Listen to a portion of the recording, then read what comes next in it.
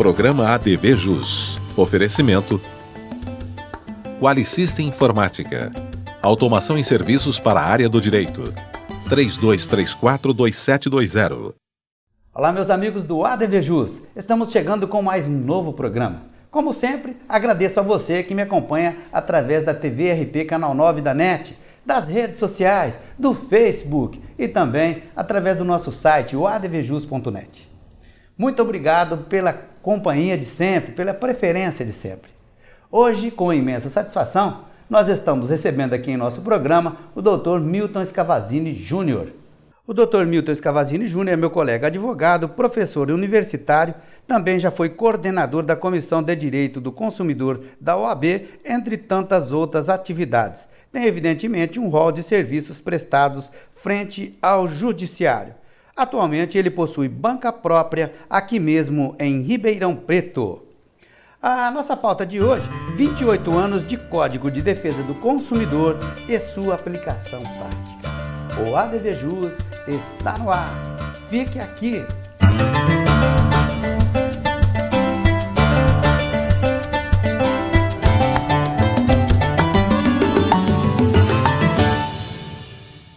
Dr. Milton, muito prazer em te receber hoje aqui no ADV Jus.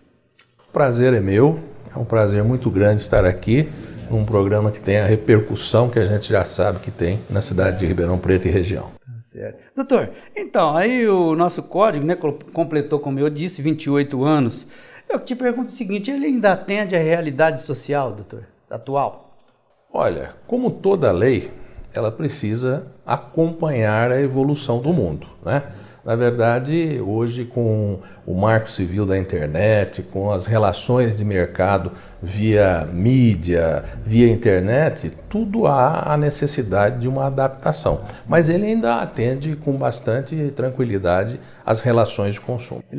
Ele tá praticamente, podemos dizer assim, jovem ainda, né, doutor? É jovem, né? Se a gente comparar o Código de Defesa do Consumidor com o Código Penal, né, e com o anterior Código Civil, a gente vai ver que ele ainda é um adolescente. Sem né? dúvida, é isso mesmo. É um adolescente. Doutor, se fôssemos aí traçar, quem sabe, um breve parâmetro, né, entre o antes e o depois da entrada em vigor do Código de Defesa do Consumidor, o que a gente pode depreender? Bom, antes o consumidor não tinha, vamos dizer assim, ele não tinha pai nem mãe. Certo. Né? A partir do Código, né, esse tempo todo, ele vem se aperfeiçoando, leis vêm sendo elaboradas e passou a proteger o consumidor, que é aquela parte mais fraca, né, da relação de consumo, porque sempre o consumidor está se relacionando com grandes empresas, com grandes potenciais econômicos e, portanto, ele precisa ter uma proteção bastante acendrada. Né? Certo. Doutor, a gente estava, agora mesmo o doutor Milton estava falando aqui para mim nos bastidores que existe praticamente uma origem lá de defesa do consumidor. Qual que era mesmo, doutor?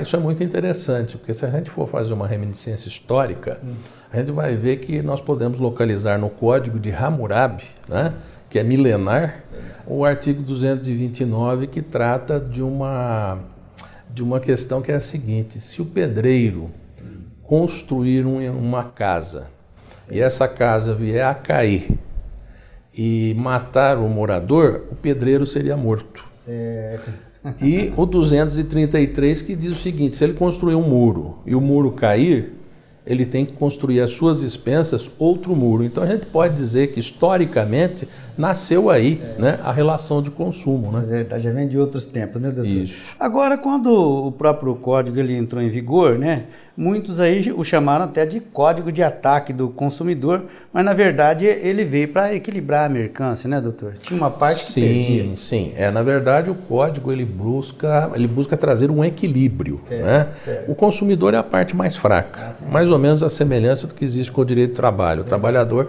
é a parte mais fraca da relação. Então o consumidor é a parte mais fraca. Certo. Ele precisa de uma proteção e por isso que tem a proteção do Código de Defesa do Consumidor. Evidentemente que da forma como era, como o senhor mesmo já se referiu, o consumidor ele praticamente ficava ali descoberto. E o código, além dele trazer uma regulamentação para isso, também veio trazer proteção mesmo, né, doutor? Tanto veio trazer proteção que dentro do código existe a figura da inversão do ônus da prova. Né? A gente sabe que, de via de regra, quem alega tem que provar. Certo. Já com relação à relação de consumo, o juiz deve, né, até uma, não é que ele pode, ele deve, na apreciação, inverter o ônus da prova, ou seja, é a empresa, é o grupo econômico que tem que provar que o consumidor estaria errado, que é um fato que é diferente do resto das relações jurídicas que regem a parte do Código de Processo Civil. Sem dúvida. Agora, doutor, como devem ou como podem ser medidas as responsabilidades, por exemplo, de um consumidor, né, denunciante entre aspas ali, e um fornecedor que pode não ser merecedor, às vezes, de uma responsabilização integral, né? Como que isso pode ser visto? Com cuidado, né, doutor? Sempre, né? Para isso que existe o Poder Judiciário que vai equilibrar, né, essas relações. Mas é importante a gente dizer, principalmente ao consumidor, que tudo que ele for fazer, ele tem que ter a certidão de nascimento do seu direito. O que é? É a nota fiscal. A gente vê muito problema acontecer porque o consumidor não faz também a parte dele. Bom, verdade. Né? Eu vou fazer uma prestação de serviço, ou seja, eu vou pedir uma prestação de serviço. Eu não posso fazer essa prestação, quer dizer, eu não posso receber essa prestação sem que eu tenha, no mínimo, um recibo, né? Sim. Uma nota fiscal de prestação de serviço, um contrato, enfim, algo regulamentando tudo aquilo que vai acontecer. Porque as palavras, já disse, perdem, né? Elas se perdem, vão ao vento. Agora, o que está escrito serve para a defesa, né? E muito importante também é esse momento agora aqui no ADV Jus, é o ADV Especial. Confira conosco. É um prazer imenso fazer parte do ADV Especial. Meu nome é João Bosco Júnior e hoje falaremos de danos morais sobre o corte indevido do fornecimento de água quando da fatura já paga. O dano moral, como se sabe, caracteriza-se como uma ofensa ou violação aos bens de ordem moral de uma pessoa, tais quais se referem à sua liberdade, honra, saúde, seja ela física ou mental. O corte indevido do fornecimento de água, com a conta já paga, é um exemplo de dano moral, pois a pessoa se vê diante de uma situação injusta e humilhante. Isso em decorrência de uma falha da empresa concessionária fornecedora do serviço. Levando-se em consideração que o serviço de fornecimento de água é considerado um serviço público essencial, como definido pela Lei 7783 de 89, e como todo serviço público está sujeito a 5 requisitos básicos: eficiência, generalidade, cortesia, modicidade e permanência. Sua permanência está sedimentada, inclusive, no artigo 22 do Código de Defesa do Consumidor. Os órgãos públicos, por si ou por suas empresas, concessionárias, permissionárias ou sob qualquer outra forma de empreendimento, são obrigados a fornecer serviços adequados, eficientes, seguros e, quando essenciais, contínuos. Assim, permitir que a empresa pública que presta serviços de fornecimento de água encanada proceda a cortes a fim de coagir o consumidor ao pagamento é um absurdo, pois seu fornecimento trata-se de um dos direitos integrantes da cidadania. Portanto, o dano moral com relação ao corte indevido do fornecimento de água vem como maneira de reparar o dano sofrido pelo consumidor, além da humilhação pelo corte indevido, bem como punir a concessionária que realizou o corte indevido em caráter pedagógico, devendo o magistrado, para isso, levar em consideração os dias que o consumidor ficou sem água, o grau de culpa do agente que realizou o corte, o potencial econômico e características pessoais das partes, a repercussão do fato no meio social, da pessoa que sofreu o dano e a natureza do direito violado, e obedecendo os critérios de equidade, proporcionalidade e razoabilidade. Fico por aqui e voltarei em breve com mais temas relacionados ao direito civil, dano material e moral. Um abraço e até lá. Ok, muito obrigado. Nós vamos fazer um ligeiro intervalo, voltamos já já, aguarde.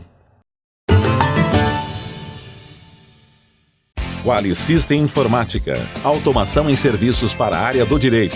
Desenvolvemos o Quali Jurídico com controle de processo, agenda, gerenciador eletrônico de documentos, andamentos processuais, relatórios com filtros e controle financeiro. Oferecemos consultoria, assessoria, suporte técnico, projetos de infraestrutura com rapidez, segurança e ética. Quali System Informática. João Arcadepani Filho 137, 3234-2720. Seguro de responsabilidade civil para advogados. Conheça na PMG Corretora de Seguros. Ligue agora. Ok, estamos de volta então com o ADVJus. Hoje, honrosamente, eu estou recebendo meu colega advogado, o Dr. Milton Scavazini Júnior. Doutor, naquela mesma linha que o senhor estava acabando aí de se reportar no bloco anterior, eu gostaria que o senhor fizesse, focasse, vamos dizer assim, quanto à excludente da responsabilidade do fornecedor, doutor. Olha, a questão é a seguinte, como parte mais fraca, né, o consumidor ele tem aquela série de, entre aspas, vantagens, né, que na verdade não são vantagens, mas são defesas que ele possui. Agora, há que também ser analisado se o defeito do fato do produto ou do serviço tem ou não um nexo de causalidade em relação àquilo que está sendo reclamado, né? Porque se houver culpa exclusiva do consumidor, aí não há como responsabilizar o fornecedor. Certo. Por isso que existem prazos, né, que são regulamentares, são legais para a defesa. Né? Bens não duráveis 30 dias, bens duráveis 90 dias, né? Compras feitas fora do ambiente comercial 7 dias para reclamar, né? Então, mas só que precisa a culpa ser do fornecedor, porque se for exclusiva do consumidor, havendo nexo de causalidade, aí não há responsabilidade também do fornecedor. Certo. E você que nos acompanha agora neste momento no ADVJus, fica ligadinho que mais para o fim desta edição a gente ainda vai falar um pouquinho aí dos prazos que você tem em caso, por exemplo, de arrependimento de uma compra ou de você não estar satisfeito com a compra que você acabou de fazer, ok? Daqui a pouquinho aqui dentro do ADVJus TV. Doutor Milton, agora falar um pouquinho, trazer a brasa para a nossa sardinha, para a justiça, né? O pessoal aí afirma que o estágio atual do direito do consumidor, ele não está dando conta, né, de demandas que chegam à justiça. Como o senhor vê isso, doutor? Isso é um problema que atinge todo o Poder Judiciário, né?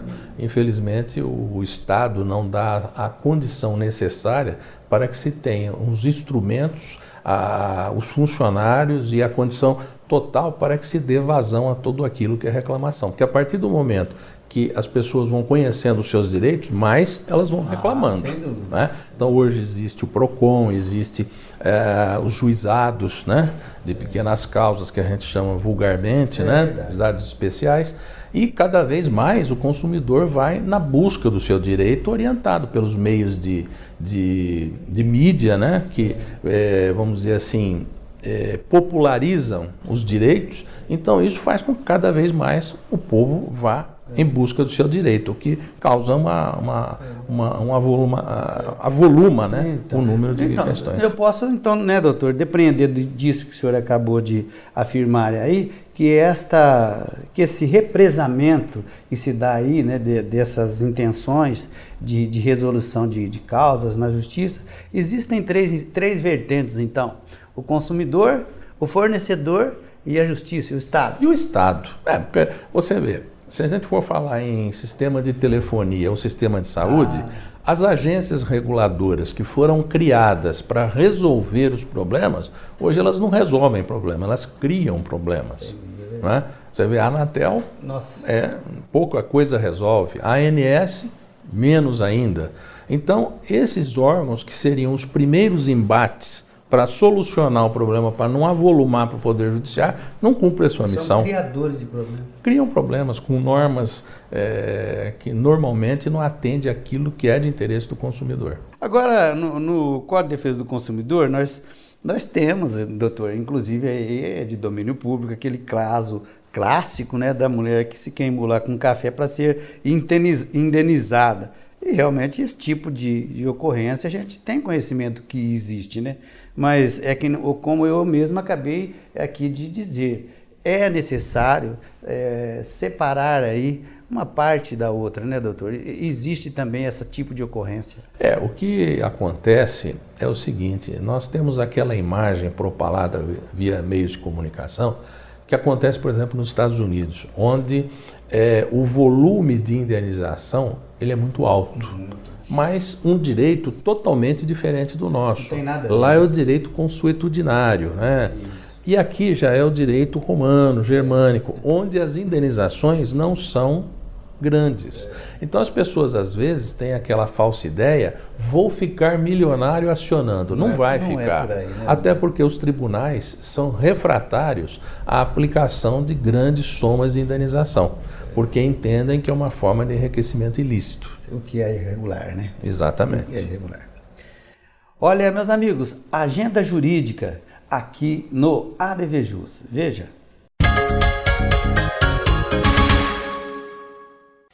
Realiza-se no próximo dia 3, a partir das 19 horas, no Salão Nobre da OAB São Paulo, a significativa palestra Judicialização da Saúde.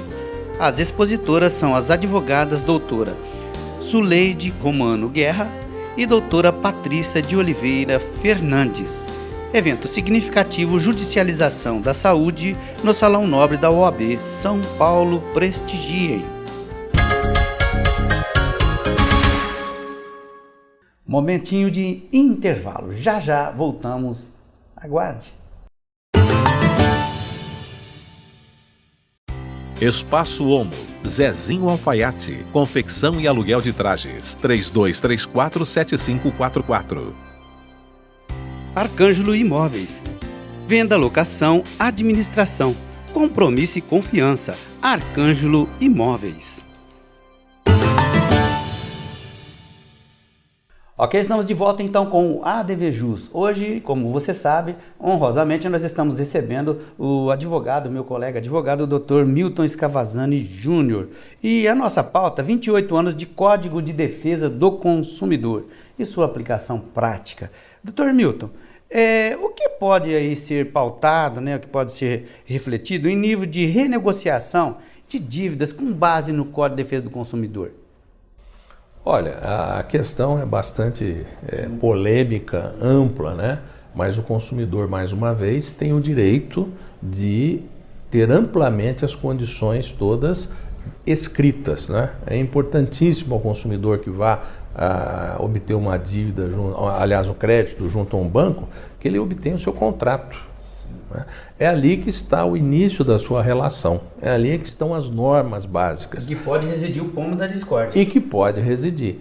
E naquela questão, cláusulas que forem restritivas têm que estar sempre em negrito, né? As cláusulas que restringirem o direito do consumidor, elas têm que obrigatoriamente, segundo o Código, estarem em negrito, né? Destacadas. Então ele precisa ter isso, porque se ele não tiver o contrato, ele não pode nem começar a discutir. É verdade. Doutor, agora uma coisa que é sempre recorrente aqui, os colegas que honrosamente aqui comparecem, eu sempre pergunto, e a indagação que eu te faço nesse instante. Essa é também bem salutar, muito importante, que aquela pessoa que vá ali entrar numa relação de comércio, num negócio, numa aquisição grande, que vá ali celebrar algum tipo de contrato, seria bem importante que ele também se fizesse acompanhar por um advogado especialista da área, não é isso?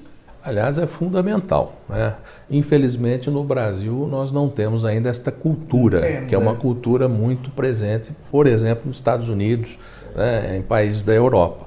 É fundamental que a pessoa tenha um advogado para defender o seu direito. Até porque, como se diz aí, né, muito comumente, o advogado é o primeiro juiz da causa. Ou seja, ele tem condição de orientar a melhor forma e a forma mais segura de realização de qualquer negócio jurídico. Verdade. Então, ó, isso que é a dica para você que está aí iniciando algum tipo de relacionamento mercantil, né? Um negócio que vai envolver, às vezes, uma quantia interessante. Faça-se valer através de um advogado especialista aí de defesa do consumidor, afinal de contas, é sempre mais econômico do que depois você partir para o litígio. Agora, doutor Milton, nós temos aí um fato novo nas relações de consumo que, pelo que a gente depreende, ele não está contemplado pelo nosso código aí, que está com 28 anos, como a gente acabou de dizer, é justamente o comércio eletrônico, né, doutor? E então? O comércio eletrônico ele está regulado atualmente no Marco Civil da Internet. E esse Marco Civil da Internet tem que entrar em acordo com o Código de Defesa do Consumidor. Então, na interpretação dos dois instrumentos legais é que vai sair a defesa do consumidor. Certo. E é bastante recorrente, né, doutor? Principalmente quando se formaliza pedidos perante a justiça em que alguma perca ocorreu em favor de algum consumidor, a utilização no pedido de não só um dispositivo, né? Mas a gente observa que alguns colegas se utilizam aí Código de Defesa do Consumidor, Código Civil, enfim, isso é uma prática recorrente. Na verdade é uma mescla aí, né? Responsabilidade civil, Código de Defesa do Consumidor e Marco Civil da Internet, né? Precisa fazer o casamento de tudo aí, né, doutor? Precisa compatibilizar as normas. É isso. E agora, para você que eu prometi aqui que a gente ia falar um pouquinho dos prazos, eu queria te perguntar, doutor, qual prazo assim a gente poderia, o senhor já falou um pouquinho, mas dá uma sublinhadinha, né? Quanto ao prazo de devolução de mercadorias, de reclamação por vícios, né? Quais são os principais prazos assim que a gente pode pontuar para o pessoal aí ter um pouco mais de visibilidade? Olha, é importante alguns prazos. Por exemplo, 30 dias eu tenho para reclamar daqueles bens que são não duráveis, né? 90 dias para os bens duráveis. Agora, é importante ressaltar, nesse caso específico, que esse prazo de 90 dias, ele começa a valer quando eu percebo o vício ou o defeito, que pode ocorrer bem depois da compra. Se eu perceber depois de 2, 3, 4 meses o vício do produto ou da coisa, vai contar os 90 dias dali. Certo. E o prazo da compra fora do comércio, né?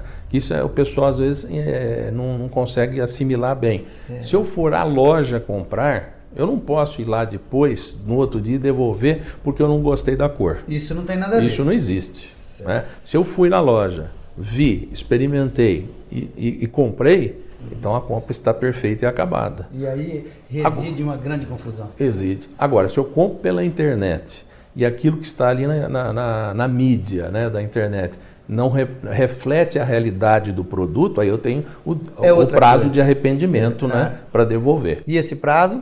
7 dias. 7 dias. Isso. É isso mesmo.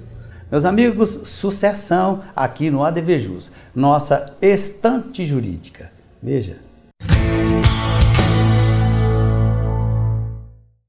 Na estante jurídica do ADV Jus, destacamos a seguinte obra: Curso Avançado de Processo Civil, volume 4. Autores: Professor Luiz Roberto Vambier e Eduardo Talamini.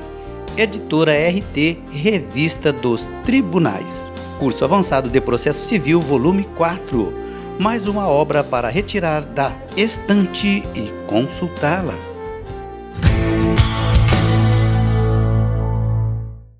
Mais um ADV especial no ADV Jus. Olá, amigos do ADV Jus. Estamos hoje aqui para falar um pouquinho sobre os institutos da recuperação extrajudicial e da recuperação especial à microempresa e à empresa de pequeno porte. Sabemos que a atual lei de falências e recuperação acabou trazendo um novo cenário a estes dois institutos. E na recuperação abriu duas grandes vertentes que não vemos uma abordagem grande aí, nem entre os operadores do direito, muito menos chegando ao judiciário, que são os institutos da recuperação extrajudicial e da recuperação destinada à microempresa e à empresa de pequeno porte. A recuperação extrajudicial, ela vem trazer ao devedor a possibilidade de não ter a necessidade de, num primeiro momento, buscar o judiciário para a homologação do plano de recuperação apresentado aos credores. Há a possibilidade, nesse mecanismo, do devedor procurando os seus credores, sem a necessidade de uma provocação imediata do judiciário, encontrar uma equação num plano de recuperação que venha atender, por óbvio, os interesses do devedor, mas também os interesses daqueles credores, daquele devedor que se submetem aos efeitos da recuperação extrajudicial. Encontrado esse consenso, dando anuência aos credores a esse plano de recuperação, esse plano torna-se um título executivo extrajudicial, que pode ser levado ao judiciário e para homologação, e a partir deste momento passa a ser um título executivo judicial. É preciso se aprofundar um pouco mais nesse instituto para se perceber a importância da utilização do mesmo. Até porque nós temos ainda a cultura de judicializar tudo, buscar o judiciário para tudo. E a nova lei, dentro desse contexto moderno, né, da solução de conflitos por mecanismos que não precisem chegar ao judiciário, vem trazer de encontro a essa questão o Instituto da Recuperação Extrajudicial. Um outro ponto que merece aqui ser chamado a atenção diz respeito ao tratamento legal às microempresas e empresas de pequeno porte. Praticamente cerca de 4 artigos dos 201 artigos da atual lei abordam o mecanismo de recuperação especial às microempresas e empresas de pequeno porte. Infelizmente, o legislador, mais uma vez, deixou alijado desse instituto, desse importante instituto, as empresas que se enquadram como microempresas ou empresas de pequeno porte, que representam dentro da economia uma importância substancial, mas que ficaram alheios ao instituto da atual lei. Muito obrigado, amigos do ADVJus. Até uma outra oportunidade. Legal, muito obrigado. Olha, hoje nós acabamos de falar com o Dr. Milton Scavagini Júnior, meu colega advogado, especialista na área do Código de Defesa do Consumidor, a quem eu quero agradecer imensamente a entrevista a nós concedidas aqui em nosso programa. Muito obrigado da sua presença comigo hoje no programa, doutor. Eu é que agradeço e fico à disposição sempre que for necessário. Tá certo.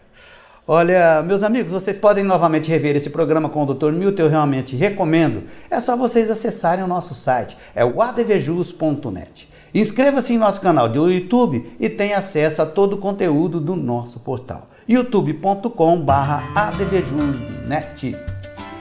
ADVJus, tô ligado. Fico por aqui, prometo voltar em breve com um programa inédito. Um forte abraço. Até o próximo.